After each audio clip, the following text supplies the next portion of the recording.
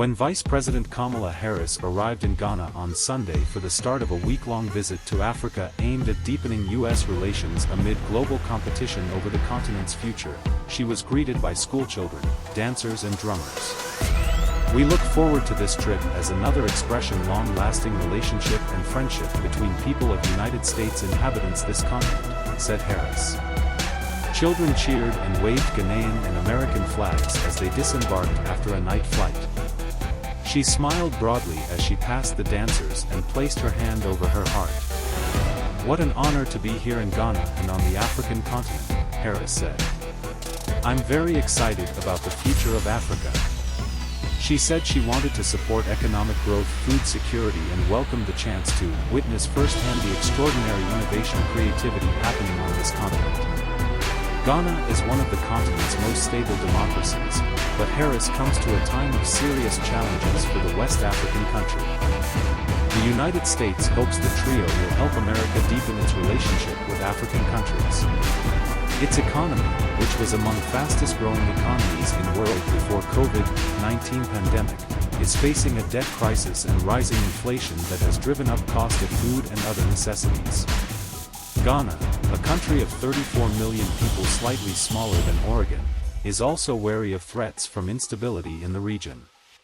Burkina Faso Mali have been hit twice recent years, and local branches of al-Qaeda Islamic State group operate in the area known as Sahel northern Ghana.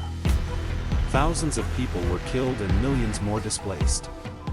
The conflict created an opportunity for a Russian mercenary corps known as Wagners, which remained in Africa despite participating in the invasion of Ukraine. Mali has welcomed Wagner after expelling the French troops stationed there, and there are fears Burkina Faso will do the same.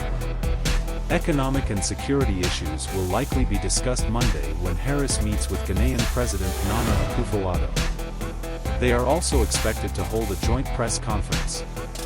The two leaders have met twice before, once in Washington. Harris was greeted by Ghanaian schoolchildren. At their first meeting in September 2021, Akufo-Addo said, "Our biggest challenge, and this is a challenge faced by those who want to develop democratic institutions on our continent, is to reassure our people that democratic institutions can be a tool for economic development as the way eradicate poverty on the continent. For solving their big problems."